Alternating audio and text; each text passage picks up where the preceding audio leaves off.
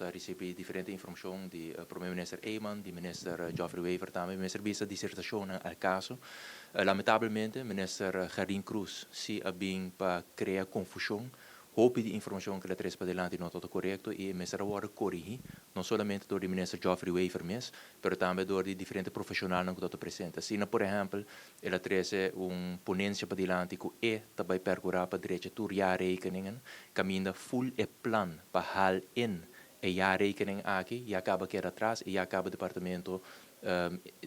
departamento em questão está trabalhando aqui. Pero banda diz aí também uma acusação séria que o bom de gabinete Wever Cruz tem uma fundação que recebeu 4,6 milhões de florins, 5 na executar o projeto e praticamente insinuando que a placa aqui a bordo mal usar, mal gastar. Para nossa fração em todo caso, é que está algo sério e pensei a mês nós entregar uma carta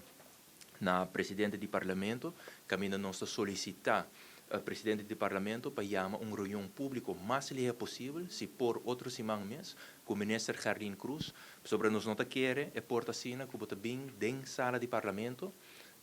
cria confusão, traz acusação na para diante, acusação na minha bisa roupa sério e como membro também do gabinete Wever Cruz 2, me tu me sabe roupa na sério, sobre não bem insinuar que tem coisa malo a tomar lugar e vou apresentar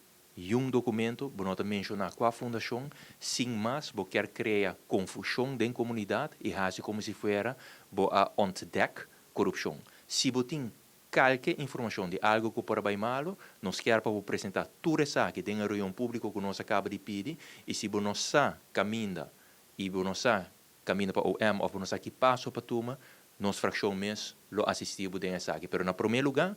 ora vou bisa a CBI também apresentar todo o documento aqui no parlamento e pensei nossa fração a solicitar a reunião pública aqui a OMS, na presidente do parlamento e nós espera que ele por chamar essa aqui